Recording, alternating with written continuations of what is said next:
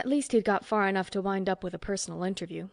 It's one thing doing up an application and seeing it go onto an endless tape and be fed into the maw of a machine, and then to receive, in a matter of moments, a neatly printed rejection. It's another thing to receive an appointment to be interviewed by a placement officer in the Commissariat of Interplanetary Affairs, Department of Personnel. Ronnie Bronston was under no illusions. 9 out of 10 men of his age annually made the same application. Almost all were annually rejected. Statistically speaking, practically nobody ever got an interplanetary position. But he'd made step 1 along the path of a lifetime ambition. He stood at easy attention immediately inside the door. At the desk at the far side of the room, the placement officer was going through a sheaf of papers. He looked up and said, "Ronald Bronston? Sit down. You'd like an interplanetary assignment, eh? So would I." Ronnie took the chair. For a moment he had tried to appear alert, earnest, ambitious, but not too ambitious, fearless, devoted to the cause, and indispensable. For a moment. Then he gave it up and looked like Ronnie Bronston. The other looked up and took him in.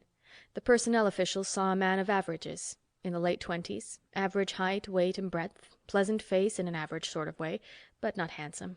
Less than sharp in dress, hair inclined to be on the undisciplined side. Brown of hair, dark of eye. In a crowd, inconspicuous. In short, Ronnie Bronston. The personnel officer grunted. He pushed a button, said something into his order box. A card slid into the slot, and he took it out and stared gloomily at it. "What are your politics?" he said. "Politics?" Ronnie Bronston said. "I haven't any politics. My father and grandfather before me have been citizens of United Planets. There hasn't been any politics in our family for 3 generations." "Family?" "None." The other grunted and marked the card. "Racial prejudices?" "I beg your pardon?" "Do you have any racial prejudices? Any at all?" "No." The personnel officer said, "Most people answer that way at first, these days, but some don't at second. For instance, suppose you had to have a blood transfusion. Would you have any objection to it being blood donated by, say, a Negro, or a Chinese, or, say, a Jew?" Ronnie ticked it off on his fingers. "One of my great-grandfathers was a French colon who married a Moroccan girl. The Moors are a blend of Berber, Arab, Jew, and Negro. Another of my great-grandfathers was a Hawaiian. They're largely a blend of Polynesians, Japanese, Chinese, and Caucasians, especially Portuguese. Another of my great-grandfathers was Irish, English, and Scotch. He married a girl who was half Latvian, half Russian." Ronnie wound it up. "Believe me, if I had a blood transfusion from just anybody at all, the blood would feel right at home." The interviewer snorted, even as he marked the card. "That accounts for 3 great-grandfathers," he said lightly. "You seem to have made a study of your family tree. What was the other one?" Ronnie said expressionlessly, "A Texan." The secretary shrugged and looked at the card again. "Religion?" "Reformed agnostic," Ronnie said. This one was possibly where he ran into a brick wall. Many of the planets had strong religious beliefs of one sort or another. Some of them had state religions, and you either belonged or else. "Is there any such church?" The personnel officer frowned. "No, I'm a one-man member. I'm of the opinion that if there are any greater powers that be, they're keeping the fact from us. And if that's the way they want it, it's their business. If and when they want to contact me, one of their puppets dangling from a string, then I suppose they'll do it. Meanwhile, I'll wait." The other said interestedly, "You think that if there is a higher power and if it ever wants to get in touch with you, it will?" In its own good time. Sort of a don't call me thing, I'll call you." The personnel officer said, "There have been a few revealed religions, you know." So they said. None of them have made much sense to me. If a superpower wanted to contact man, it seems unlikely to me that it'd be all wrapped up in a lot of complicated gobbledygook. It would all be very clear indeed." The personnel officer sighed. He marked the card, stuck it back into the slot in his order box, and it disappeared. He looked up at Ronnie Bronston. "All right, that's all." Ronnie came to his feet. "Well, what happened?" The other grinned at him sourly.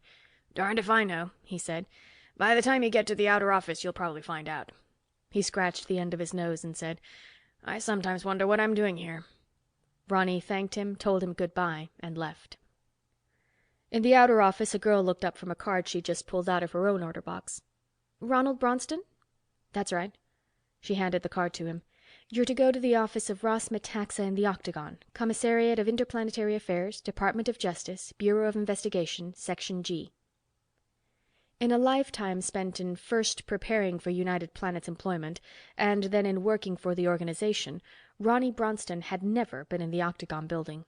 He'd seen photographs, tried e-broadcasts, and he'd heard several thousand jokes on various levels from pun to obscenity about getting around in the building, but he'd never been there.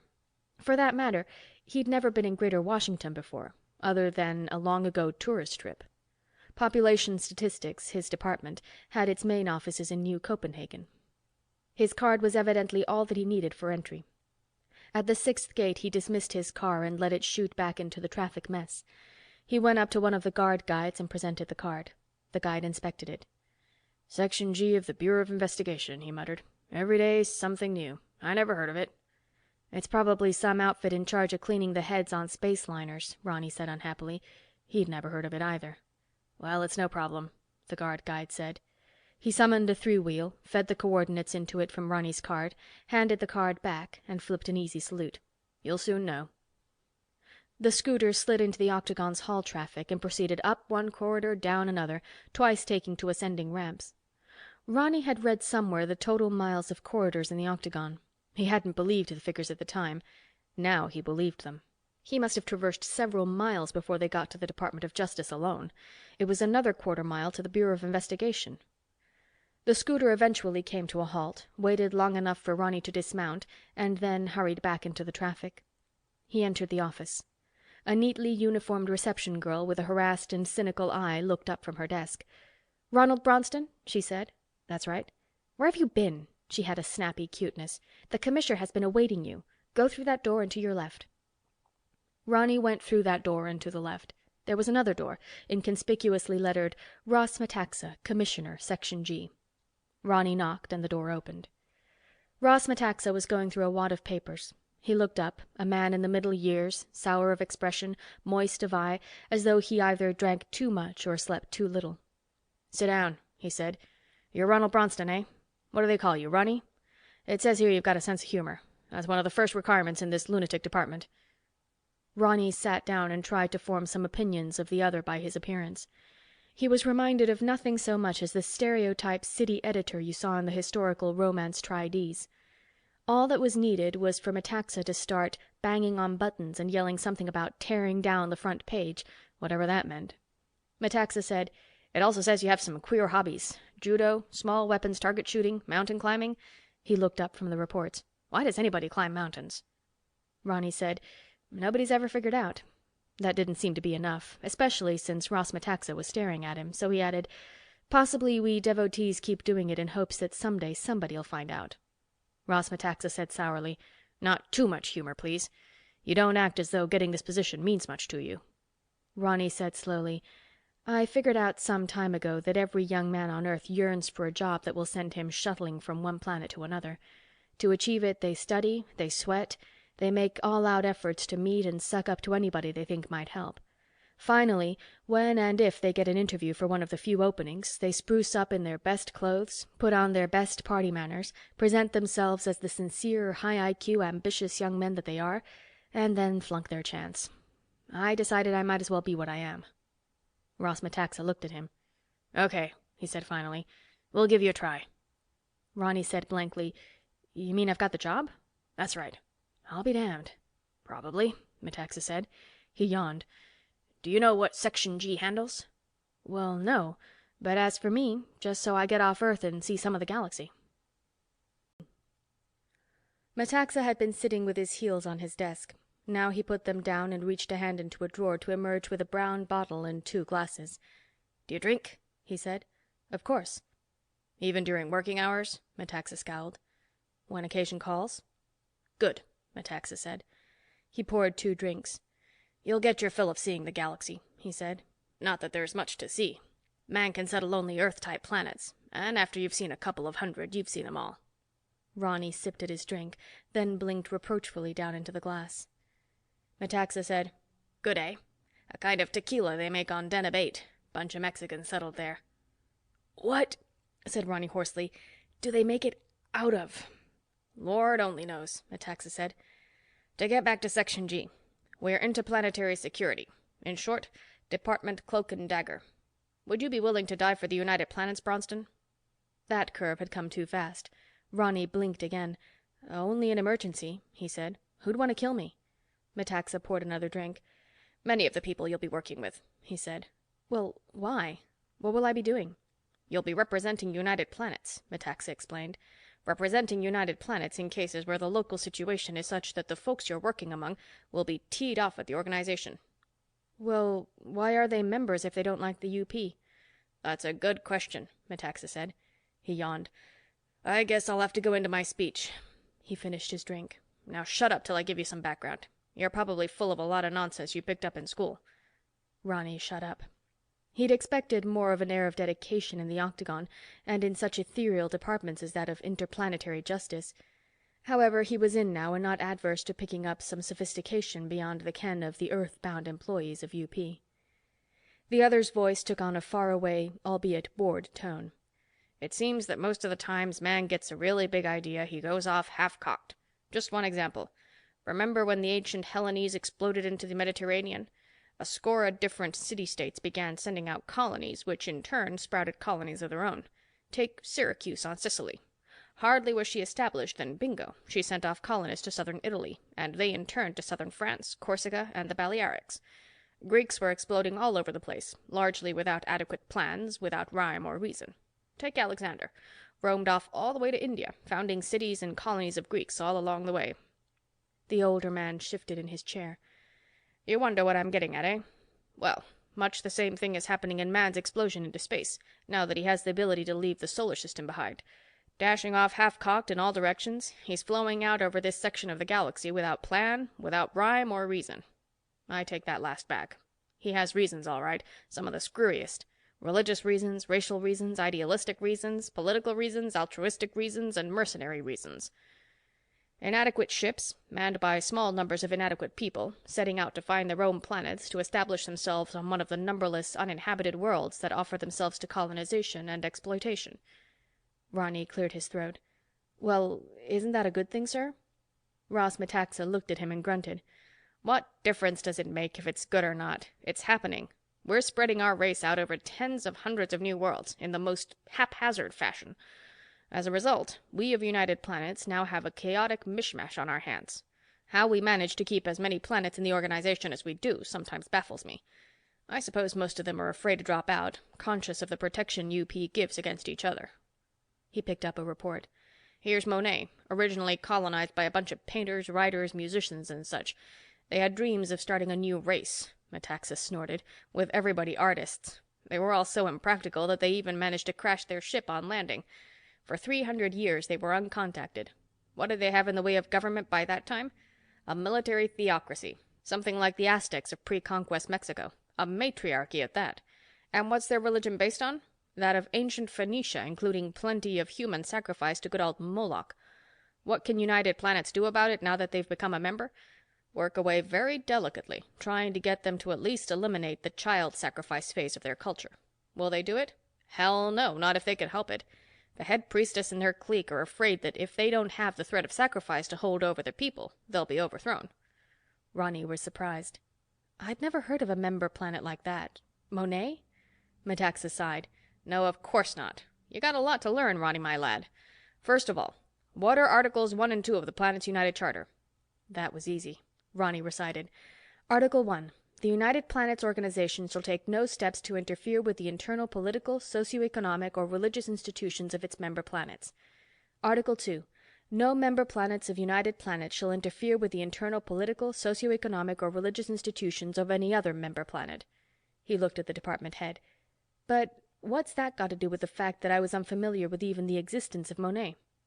"Suppose one of the advanced planets, or even Earth itself," Metaxa growled, "openly discussed in magazines, on newscasts, or wherever, the religious system of Monet. A howl would go up among the liberals, the progressives, the do-gooders, and the howl would be heard on the other advanced planets. Eventually, the citizen in the street on Monet would hear about it and be affected. And before you knew it, a howl would go up from Monet's government. Why? Because the other planets would be interfering with her internal affairs simply by discussing them." "So what you mean is," Ronnie said, "part of our job is to keep information about Monet's government and religion from being discussed at all on other member planets." "That's right," Metaxa nodded. "And that's just one of our dirty little jobs. One of many. Section G, believe me, gets them all. Which brings us to your first assignment. Ronnie inched forward in his chair. It takes me into space? It takes you into space, all right, Metaxa snorted. At least it will after a few months of indoctrination. I'm sending you out after a legend, Ronnie. You're fresh. Possibly you'll get some ideas older men in the game haven't thought of. A legend? I'm sending you to look for Tommy Paine. Some members of the department don't think he exists. I do. Tommy Paine? A pseudonym that somebody hung on him way back before even my memory in this section. Did you ever hear of Thomas Paine in American history? He wrote a pamphlet during the Revolutionary War, didn't he? Common sense, Metaxa nodded. But he was more than that. He was born in England, but went to America as a young man, and his writings probably did as much as anything to put over the revolt against the British. But that wasn't enough. When that revolution was successful, he went back to England and tried to start one there. The government almost caught him, but he escaped and got to France, where he participated in the French Revolution. He seemed to get around, Ronnie Bronston said. And so does this namesake of his. We've been trying to catch up with him for some 20 years. How long before that he was active, we have no way of knowing. It was some time before we became aware of the fact that half the revolts, rebellions, revolutions, and such that occur in the United Planets have his dirty fingers stirring around in them. But you said some department members don't believe in his existence. Metaxa grunted. They're working on the theory that no one man could do all that Tommy Paine has laid to him. Possibly it's true that he sometimes gets the blame for accomplishments not his. Or for that matter, possibly he's more than one person. I don't know. Well, Ronnie said hesitantly, what's an example of his activity? Metaxa picked up another report from the confusion of his desk. Here's one only a month old. Dictator on the planet Megas. Kidnapped and forced to resign. There's still confusion, but it looks as though a new type of government will be formed now. But how do they know it wasn't just some dissatisfied citizens of Megas? It seems as though the kidnap vehicle was an old-fashioned Earth-type helicopter. There were no such on Megas.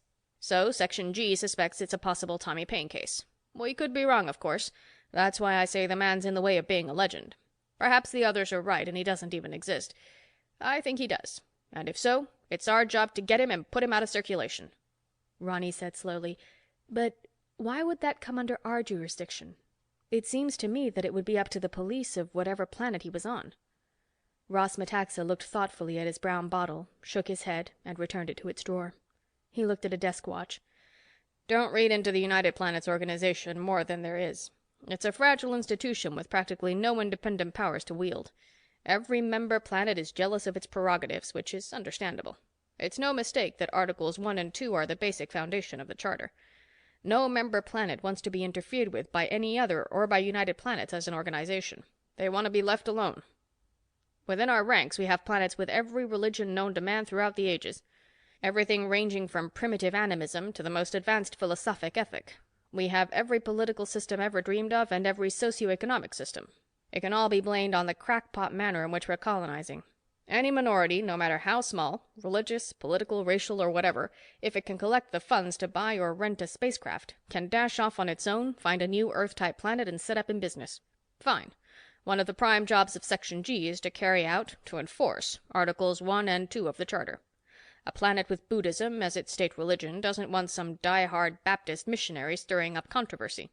A planet with a feudalistic socioeconomic system doesn't want some hotshot interplanetary businessman coming in with some big deal that would eventually cause the feudalistic nobility to be tossed onto the ash heap. A planet with a dictatorship doesn't want subversives from some democracy trying to undermine their institutions, and vice versa. And it's our job to enforce all this, eh? Ronnie said. That's right, Metaxa told him sourly. It's not always the nicest job in the system. However, if you believe in United Planets, an organization attempting to coordinate in such manner as it can the efforts of its member planets for the betterment of all, then you must accept Section G and interplanetary security. Ronnie Bronston thought about it. Metaxa added, That's why one of the requirements of this job is that you yourself be a citizen of United Planets rather than of any individual planet, have no religious affiliations, no political beliefs, and no racial prejudices. You've got to be able to stand aloof. Yeah, Ronnie said thoughtfully. Ross Metaxa looked at his watch again and sighed wearily. I'll turn you over to one of my assistants, he said. I'll see you again, though, before you leave. Before I leave, Ronnie said, coming to his feet. But where do I start looking for this Tommy Paine? How the hell would I know? Ross Metaxa growled.